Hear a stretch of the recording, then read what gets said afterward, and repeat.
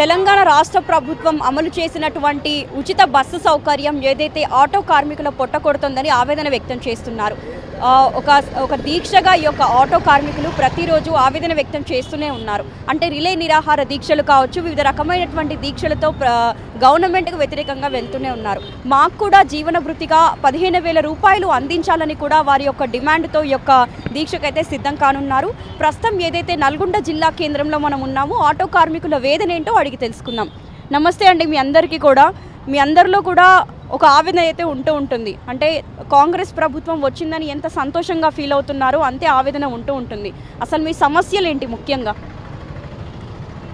మా సమస్యలు ఇప్పుడు ఫ్రీ బస్సు వల్ల ఇప్పుడు ఆటో వాళ్ళకు చాలా ఇబ్బంది జరిగిందని గతంలో మనం ఆల్రెడీ అందరికీ చెప్పినాము, మీడియా ద్వారా కూడా చెప్పినాము.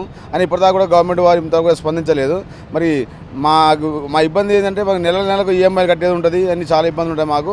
అందువల్ల మరి నెలకు ఆటో వాళ్ళకు ప్రతి ఒక్క డ్రైవర్కి కూడా 15,000 మేము ఇవ్వాలని మేము గతంలో డిమాండ్ చేశాము.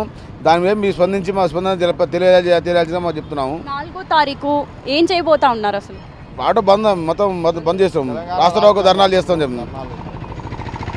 గవర్నమెంట్ పరంగా ఇప్పుడు ప్రతిసారి గవర్నమెంట్ ఒక పథకం మనకి ఇస్తున్నట్లయితే అందులో కొంచెం ఉపయోగకరంగానే మనం చూసుకోవచ్చు.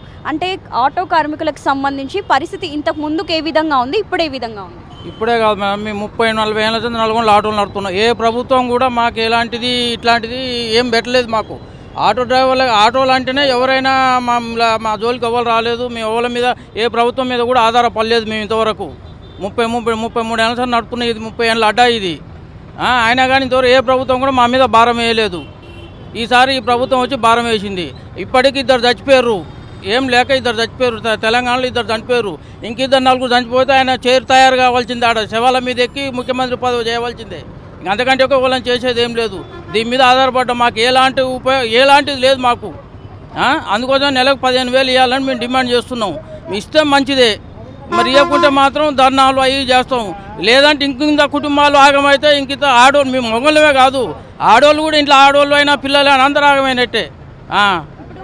పథకం అమలైన దగ్గర నుంచి ఇప్పటి వరకు దాదాపుగా బస్సులలో ప్రయాణిస్తున్న సంఖ్య వేరే లెవెల్లో ఉంది. ఆటోలో ప్రయాణిస్తున్న సంఖ్య చాలా తక్కువగా ఉంది. మనం చూస్తూనే ఉన్నాం రోజు. అంటే మీకు ఎంత ఇన్కమ్ తక్కువ అయి ఉండొచ్చు? చాలా ఉపాధి గడిపడింది. 50% పైన తగ్గిపోయింది. బస్సులలో ఫ్రీ బస్సులు పెట్టే వరకు ఆటోలలో ఎవరు ఎక్కలేరు. జనాలు అనేది ఫ్రీ బస్సులలోనే ఎక్కుతున్నారు. లోకల్లో అయినా నాన్ లోకల్లో అయినా చాలా వరకు ఎస్ఎల్బీసీ పోయే చర్లపల్లి పోయేటోళ్ళు ఎవరైనా ఫ్రీ బస్సు ఉందని ఫ్రీ బస్సులలోనే ఎక్కుతున్నారు. ఆటోల మీద చాలా భారం పడ్డది. రోజు ఇందిరా పార్క్ దగ్గర ధర్నా ఉంది. రేపు 4వ తారీఖుకి అందరినీ పిలుపు ఇచ్చినాం. అన్నీ ఇప్పుడు సిఐటి, ఐఎన్టీ వాళ్ళు, సిఐటి వాళ్ళు, అన్ని సంఘాల వాళ్ళు అందరు కూడా వస్తున్నారు. దాన్ని ఇప్పుడు పెద్ద భారీ ఎత్తుననే ఉంటుంది సమ్మె. తెలంగాణ రాష్ట్రం మొత్తంలో కలుగుతున్నారు ఆటో సమ్మెలు. అందరు వస్తున్నారు. దీనికి అందరు రావాలని పిలిపించినాం.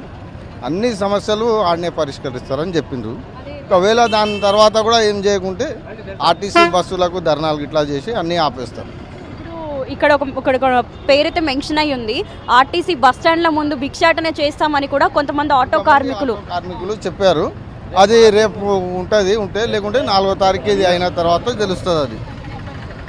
అదే యూనియన్ ప్రకటిస్తే దాని ప్రకారం మేము ఫాలో అవుతాం. మాకు ఆల్రెడీ అల్టిమేట్ వచ్చింది, మాకు భిక్షాటన చేయమని వచ్చింది. ఇంకా దాని ముందు మా లీడర్లు మళ్ళీ చెప్పిన బట్టి మరి రేపు చేయాలని అవుతా రేపు చెప్తాం, మేము చేస్తామండి. కుటుంబ సమస్యలతో కూడా అనేక మంది శిథిలావస్థ అంటే బాధలో ఉన్నారు ఆటో కార్మికులు చాలా మంది. ఎలా అనిపిస్తుంది మీకు? అసలు ఎలా అనిపిస్తుంది అంటే ఇప్పుడు ఉన్న పరిస్థితుల్లో చాలా ఇబ్బందికరంగానే ఉంటుంది కదా. ఇప్పుడు ఉదయం సాయంత్రం వరకు 5-6 రోజులు చేసుకుంటూ వరకు ఆడుపాటు చేసుకుంటూ వాళ్ళం. ఇలా 300 కూడా చేయలే పరిస్థితిలో మేము.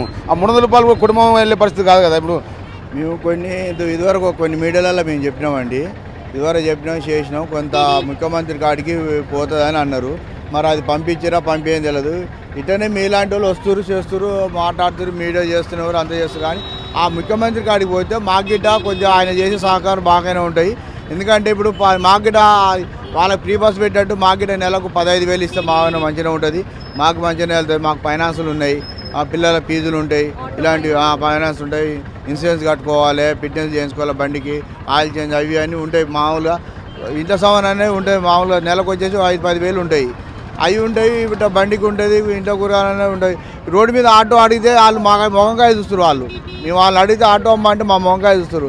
ఈతల నుంచి పోయి అవతల బస్సు ఎక్కుతున్నారు. ఇప్పుడు దేవరకొండ రోడ్డు పోవాలన్నా వాళ్ళకి ఏం చేస్తారు, అక్కడ ఇక్కడ ఫ్రీనైనా అటు ఫ్రీనైనా అడిపోతుంది. నెలనాడు వచ్చేసి ఇంట్లో కరెంట్ బిల్లు ఉంటుంది.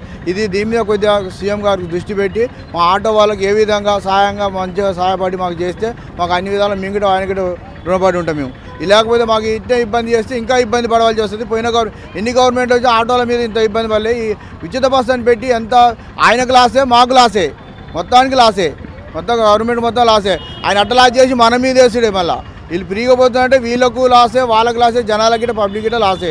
ఇంకా అలాంటిది కాకుండా మాకు గిట్ట ఏదో ఒక విధంగా మాకు గిట్ట 15,000 వేసి మంచిగా మాకు గిట్ట ముందు నడిపిస్తే మేము గిట్ట అంతే నడుపుకోం.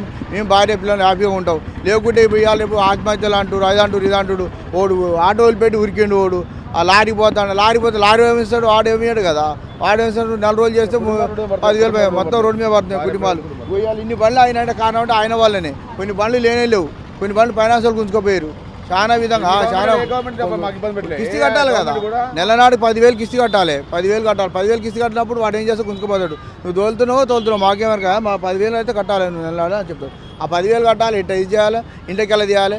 రోడ్డు మీద వస్తే వాళ్ళని పోతే చూసుకోవాలన్నా, పోలీసు వాళ్ళకు ట్రాఫిక్ వాళ్ళకు ఆయన ఇట్లా మలిపేట ఆయన ఫోటో కొట్టేస్తాడు. ఆయన ఇట్లా మలిపేట ఫోటో కొట్టేస్తాడు. ఆయన 100-200 వేసి కూర్చుంటాడు. ఆయన అలాంటివి చాలా ఉన్నాయండి. మాకు మంచిగా చేస్తే మంచిగా ఉంటుందండి. Thank you.